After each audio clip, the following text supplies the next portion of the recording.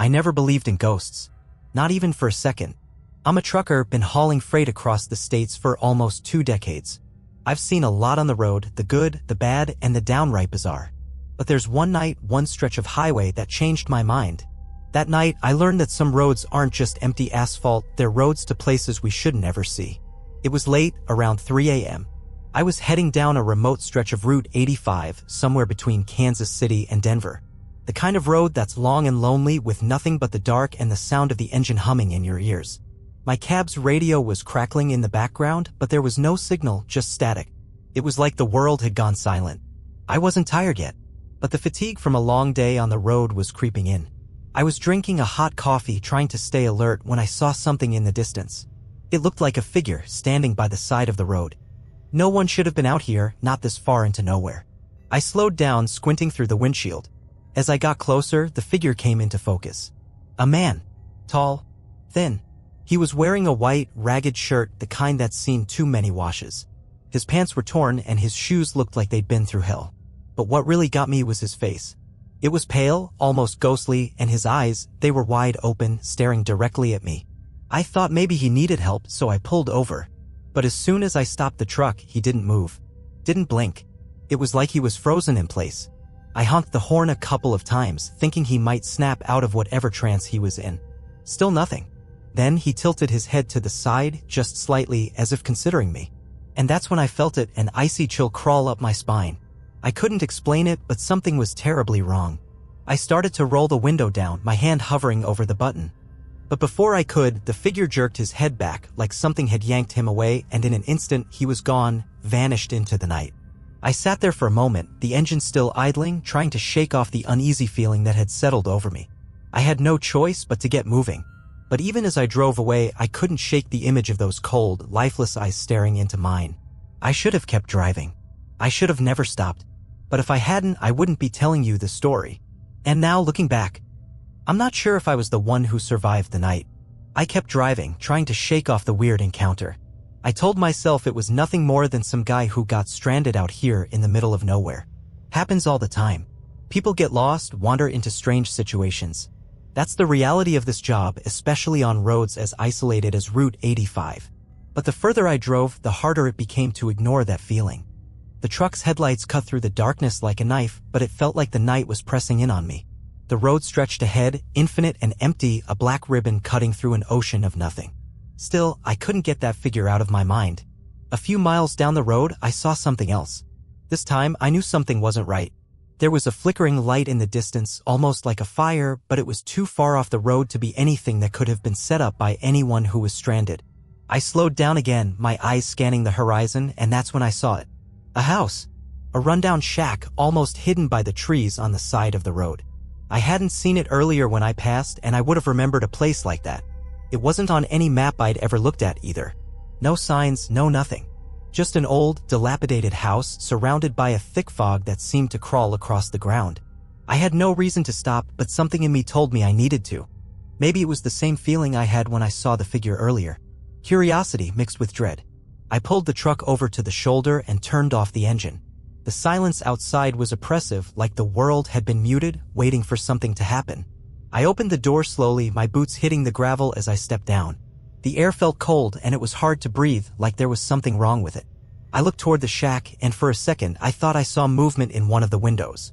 Just a flash, like someone had passed behind it. My heart started to race, but I didn't know why. Against every instinct in my body, I walked toward it. As I got closer, I noticed something strange. There was no noise at all. No crickets, no wind, nothing. Just the sound of my boots crunching on the gravel beneath me. The closer I got to the house, the more the air felt heavy, like it was pressing down on me. I reached the front door. It was cracked open, the wood warped and rotting. But I couldn't bring myself to open it. Something stopped me. Maybe it was the feeling that something was watching me. I turned around to look back at my truck, but the moment I did, the door slammed shut with a deafening thud. I froze. That's when I heard it. A voice. Soft at first, like a whisper in the wind. But as I strained to hear, it grew louder, almost like someone was calling my name. James? James? It was like a chant. Over and over, echoing through the night. I spun around, but there was no one there. The door to the house creaked open again, this time on its own. The inside was dark, and the only thing I could make out was a faint, flickering light coming from within. My mind raced. Every instinct screamed at me to turn and run, but my feet wouldn't move. It was like I was frozen in place, drawn to whatever was inside. I stepped inside. The air inside was colder than anything I'd ever felt. It was suffocating. The flickering light came from an old lamp in the corner, casting strange shadows across the room. The walls were covered in old, cracked photos. Photos of people I didn't recognize, faces staring out from the past with lifeless eyes. The floor creaked beneath my feet as I took a step further into the room. That's when I saw it. A figure in the corner, just like the one from the side of the road. It wasn't the same person, but it was the same haunting stare. This figure was different, though. It was crouched, huddled in the corner, shaking slightly as if it were cold. Its hands were pressed against its face, obscuring its features. The voice came again, only now it was louder, more urgent. "James, help. Please." I don't know why, but I stepped forward. I reached out a hand, my fingers trembling, and that's when the figure lifted its head. It wasn't a man. It was something else, something wrong. Its eyes were black, hollow sockets, but there was a flicker of something inside them. A darkness. And its mouth, it opened too wide, revealing teeth that didn't belong. Teeth that were jagged and broken, yellowed with age. And when it spoke, it wasn't in a voice I could recognize. It was more of a growl than a whisper, a rasp that made my blood freeze. "Leave now or join us." I turned and ran. I didn't know how I made it back to the truck. My feet were moving on their own, and my heart was hammering in my chest like it was trying to escape. The door to the shack slammed shut behind me, and I didn't dare look back. I didn't even hear my own breath, just the sound of my boots pounding against the gravel as I bolted toward the truck. I leaped into the driver's seat, slamming the door shut with a force that rattled the whole rig. My hands were shaking so badly that I could barely get the key into the ignition. When the engine finally roared to life, I threw the truck in gear and sped off, tearing down the road like a bat out of hell. But even as I put miles between myself and that house, I couldn't shake the feeling that something was still out there, watching, following. I glanced at the rearview mirror. The highway behind me was empty, just as it should have been. No headlights, no shadows, no figures lurking in the distance. But my mind kept playing tricks on me. I thought I saw something moving in the corner of my vision, just at the edge of the trees. A flash of white. But every time I looked, it was gone. I wasn't sure if it was the fear or if I was losing my mind, but I kept seeing the man from the side of the road, those hollow eyes staring at me from the darkness. I kept telling myself that I was just exhausted, that I was seeing things, but deep down, I knew something wasn't right. I reached a small rest stop a few miles down the road. It was a tiny, almost forgotten place, just a few picnic tables and a rusted sign. I didn't want to stop. I wanted to keep going, to drive until I couldn't remember my own name. But I needed gas. My truck was low, and there was nothing for miles except this desolate little stop. I pulled in slowly, glancing around. The place was deserted. No other trucks, no cars. Just me, the truck, and the dark night. I got out, filling the truck with fuel as fast as I could. My eyes kept darting to the shadows, expecting to see something lurking just out of view. My ears were on high alert, listening for any sound that didn't belong. But there was nothing. Just the hum of the pump and the soft rustling of the wind in the trees. I paid for the gas and climbed back into the cab, but before I could start the engine, something caught my eye. A figure standing near the edge of the trees, just beyond the reach of the light from the gas station. It was tall, thin, the same figure. But this time, there was no mistaking it. The figure stepped forward out of the darkness. I froze. It wasn't the man I had seen earlier. No, this one was different. It didn't have the same ragged clothes or pale skin. It was wearing a dark, almost perfectly clean outfit, the kind of thing you'd see on someone who wasn't from around here. Someone who didn't belong. And it was smiling. A grin stretched across its face, too wide, its teeth sharp and white like a predator. But it wasn't a human smile. It was something else. Something monstrous. I should have started the truck and driven away. I should have just put the pedal to the metal and never looked back. But instead I watched. I couldn't stop myself. It was like I was locked in place, paralyzed by whatever this thing was. The figure tilted its head, the smile never fading. Then it spoke, but not in any voice I could understand. The words were distorted, like they were coming from inside my skull, not from its mouth. Ours now, James. I slammed the truck into reverse, but before I could even move, the figure was right in front of me. It didn't move, no footsteps, no sound, but it was there, standing right outside my window. I could see it clearly now, the darkness in its eyes, the way the smile never wavered. I stepped on the gas, the truck lurching forward as I tore away from the rest stop. I didn't look back, couldn't. I knew that if I did, I wouldn't be able to drive anymore. The road stretched out before me, endless and empty. But I wasn't alone. Not anymore. I could feel it. Something was with me in the truck. I couldn't see it, but I could sense it. It was in the air, like a weight pressing down on me, making it harder to breathe. My skin crawled. The chill in the air was growing, seeping into the truck like it was trying to freeze me from the inside out. I reached for the radio, desperate for some noise, something to break the silence. But when I turned it on, all I heard was static. Then, through the static, I heard something else. A voice. James. I slammed my fist on the radio, but it didn't stop. The voice came again, only this time it wasn't just one voice. It was many voices, all speaking at once, whispering, calling my name. And then, just as suddenly as it began, the static cleared. The radio went silent, but the voices didn't stop. They were inside my head now, and they were getting closer.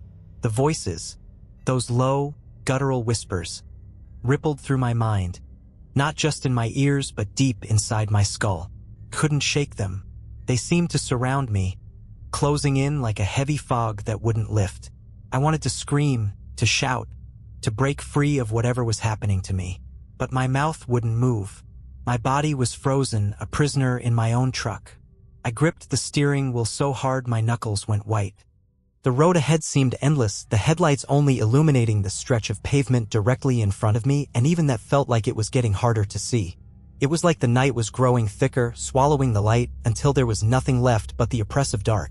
I glanced in the rearview mirror again. Nothing. No headlights. No figures lurking behind me. Just empty road. But that didn't mean I was alone. I could feel it, something was in the truck with me. I tried to breathe, but the air felt wrong. It was too cold. Too thick. Each breath came out in shallow gasps.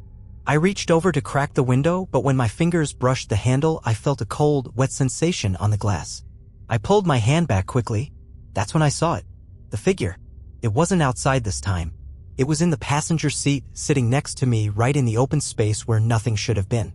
It was impossible it wasn't there a second ago, but now it was like it had been there all along. The same grin stretched across its face, that smile, too wide, too unnatural. It tilted its head slowly, as if it had all the time in the world, its eyes never leaving mine. And then it spoke. James, you're mine now. Forever. The voice was not a whisper anymore. It was clear, right there in the cab, deep and menacing. I didn't dare look away from those dark, bottomless eyes. I didn't want to see it, didn't want to acknowledge it. But it was real, and I couldn't deny it. The truck started shaking, rattling under the strain. I glanced at the road, my hands trembling as I tried to keep control. The pavement ahead of me was warped, twisting, like the road itself was trying to pull me off course.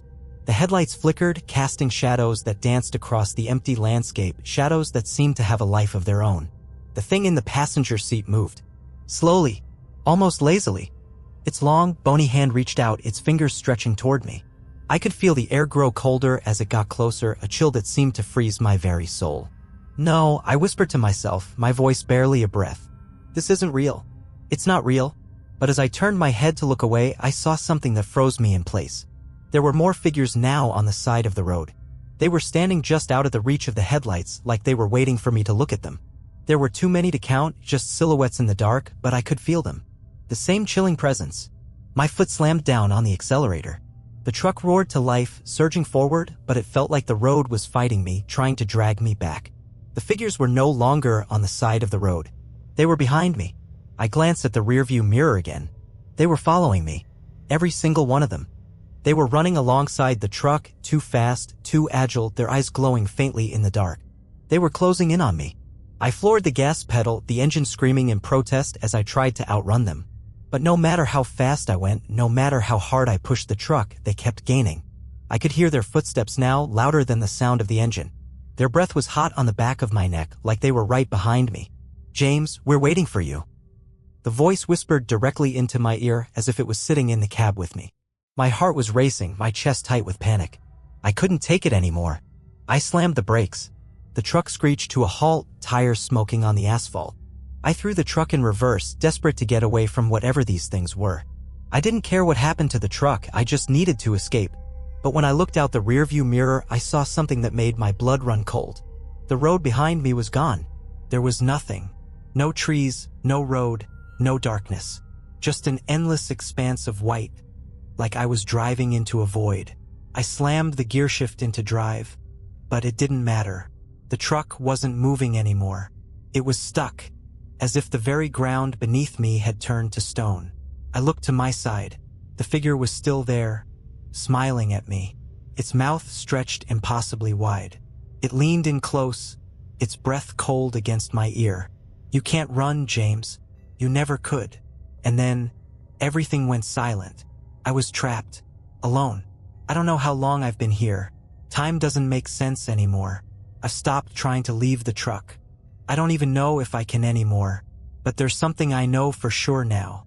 Whatever I encountered that night, it's still with me. And it's not going anywhere. Not until I'm part of it.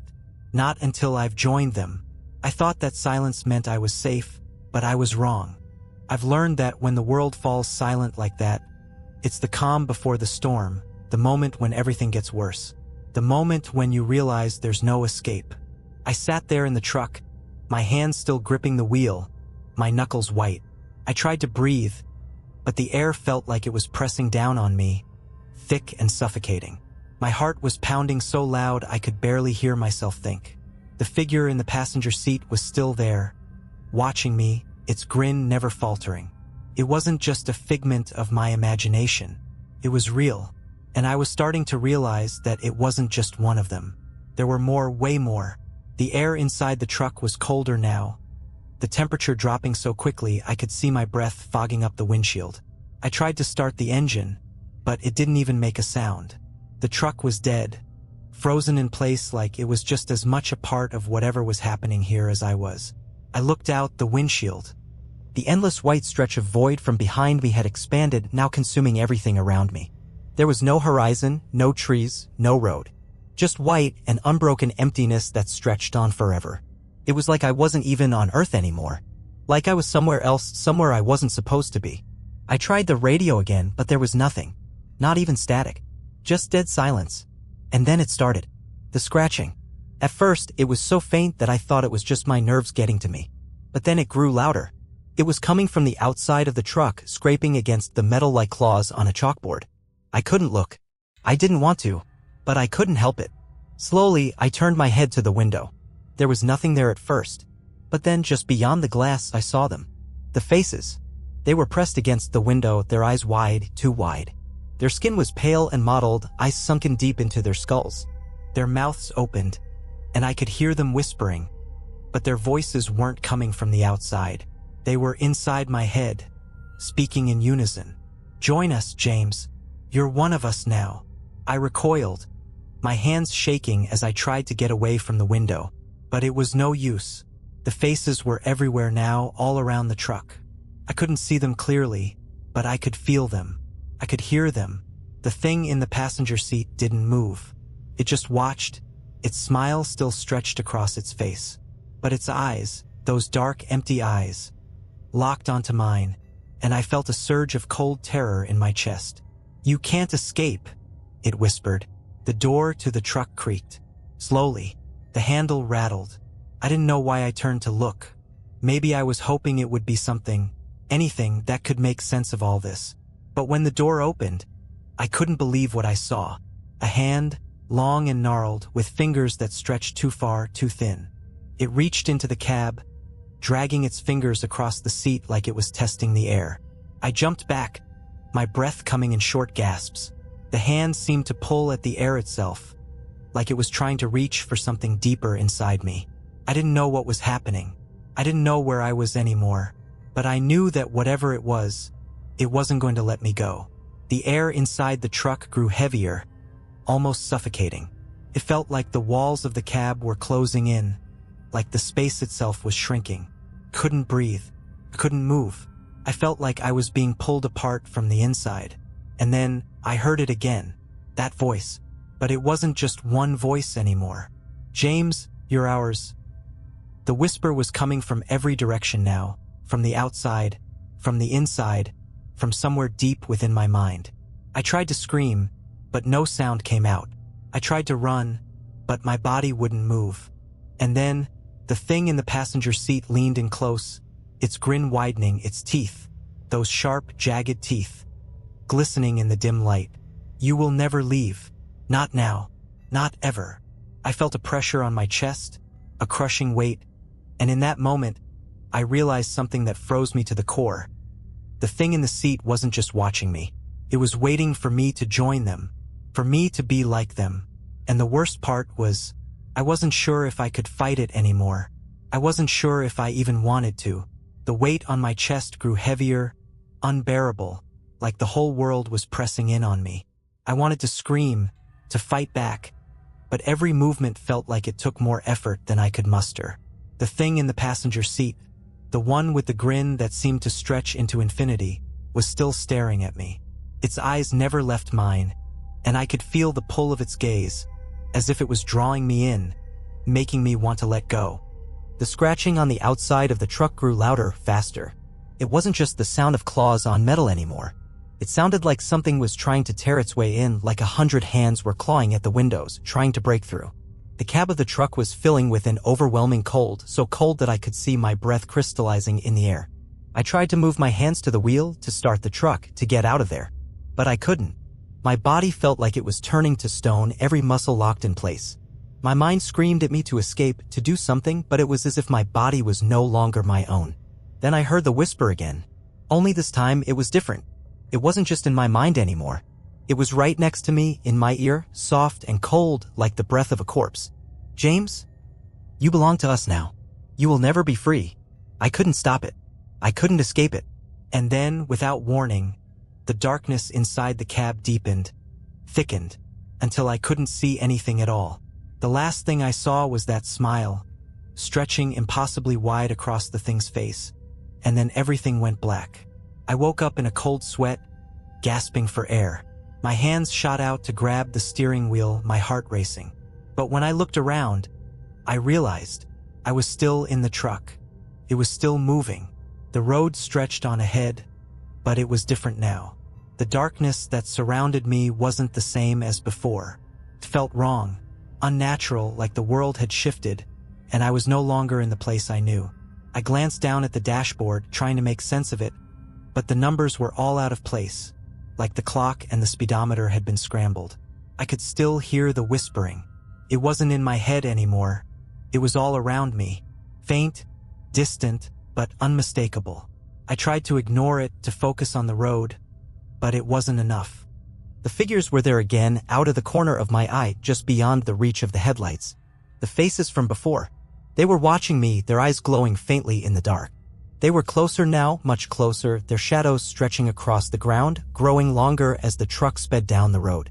I slammed my foot on the gas, trying to outrun them, but it didn't matter. The more I pushed the pedal, the slower I seemed to go. The road was bending, curving in ways that didn't make sense, and every time I looked ahead, it felt like the horizon was getting further away. I looked out the window again, and this time, I saw something that made my blood run cold. The figures were walking alongside the truck now, their feet barely touching the ground like they were floating just above it. Their eyes, those terrible, hollow eyes, never blinked. They were right there, next to me, their faces twisted in silent mockery. I swerved to the side, my hands shaking as I tried to keep control, but the road didn't stay straight. Curved again, pulling me in a direction I couldn't control. The wheel slipped in my hands like it was slick with something cold, something unnatural.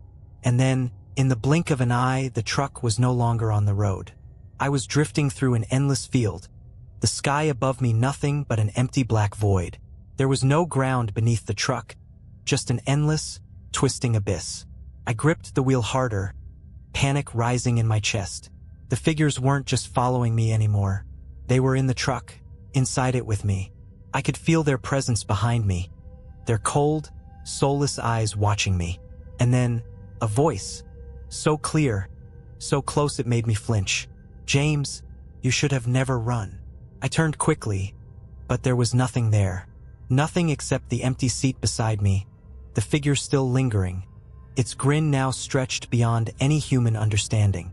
And I realized with horror that I had stopped fighting. I had stopped running. The weight inside my chest lifted, and for a moment I thought I was free. I thought I had escaped. But as I looked around, I saw what I had truly become, part of this world. Part of them. I don't know when it happened or how. Maybe it was always meant to be this way. Maybe they knew I would give in eventually. But now I understand. I'm one of them now. And I know they'll never let me leave. Not ever. I can't tell how long it's been since I stopped trying to escape. Time doesn't seem to matter anymore. It all blurs together, the road, the faces, the whispers. I don't even know if I'm still on Earth. It's like I'm floating between places, between worlds. And here, there's no escape. The truck isn't just a vehicle anymore. It's like a cage and I'm the prisoner. But it's not just the truck. It's everything. The figures are still here. They never leave. They sit in the back seat or stand just outside the window, or sometimes they just are. Right in front of me. Like the air itself is filled with them. Like they're always watching, always waiting. I've stopped trying to make sense of it. There's no sense to be made. The road in front of me is always empty, stretching into nothing. It's like I'm driving in circles, endlessly, and the world keeps shifting with every mile I travel. The trees, the landscape, they change and twist like it's all a sick, distorted dream. But even in this nightmare, I'm starting to realize something more terrifying. The figures, the ones with their hollow eyes, the ones with their too wide smiles, they don't need to do anything to me anymore. I've become like them. I've started to feel it, the change. It's creeping inside me, slow at first, like it's growing in the shadows. There's a numbness that's taking over. A coldness, like my body is slowly losing its humanity. I can't feel the warmth in my fingers, the pulse in my veins. It's all fading. And I know that it's just a matter of time before I'm like them completely. But it's more than just the physical change. It's the way my mind is warping. At first, I thought it was the isolation, the fear, the endless driving that was messing with my head. But it's something else. Something inside me is changing, something I can't stop, and I don't even know if I want to. The whispers are clearer now. They're louder. And they don't just call my name. They speak to me, urging me to do things I never would have considered before. It's like the truck is no longer a means of transportation, but a part of this thing. A part of them. I saw myself in the rearview mirror for the first time in what feels like days. My face looked wrong. I don't even recognize myself. My eyes are wide, hollow, and I can't remember the last time I felt anything. My skin is pale, almost translucent, and my hair is thinner, graying. I'm not aging like a normal man. I'm just fading. It's almost like I'm becoming one of those things. The ones who follow me. The ones who watch me. The ones who are waiting for me to join them. I don't know if this is real anymore. I don't know if I'm dead or if I'm just stuck in some twisted place. I don't know if the truck is still on a road or if it's somewhere between life and death. But I do know this. I don't think I'm ever going to leave. Not now. I don't think any of us ever leave. Because once you cross that line, once you stop running, there's no coming back. You're one of them now. And this road, this endless, twisting road, becomes your home. Forever. I thought maybe there would be a moment where I would snap out of it. A moment where everything would make sense again. But now, as I sit here in the truck, I know that's never going to happen. This is it. This is my reality now. The road stretches on, but it's not a road anymore. It's a symbol of what I've become, of what I've given into. I'm not driving anymore. I'm just here, going through the motions, like the truck is carrying me and not the other way around. My hands still grip the wheel, but it's like I'm holding on to something that isn't real.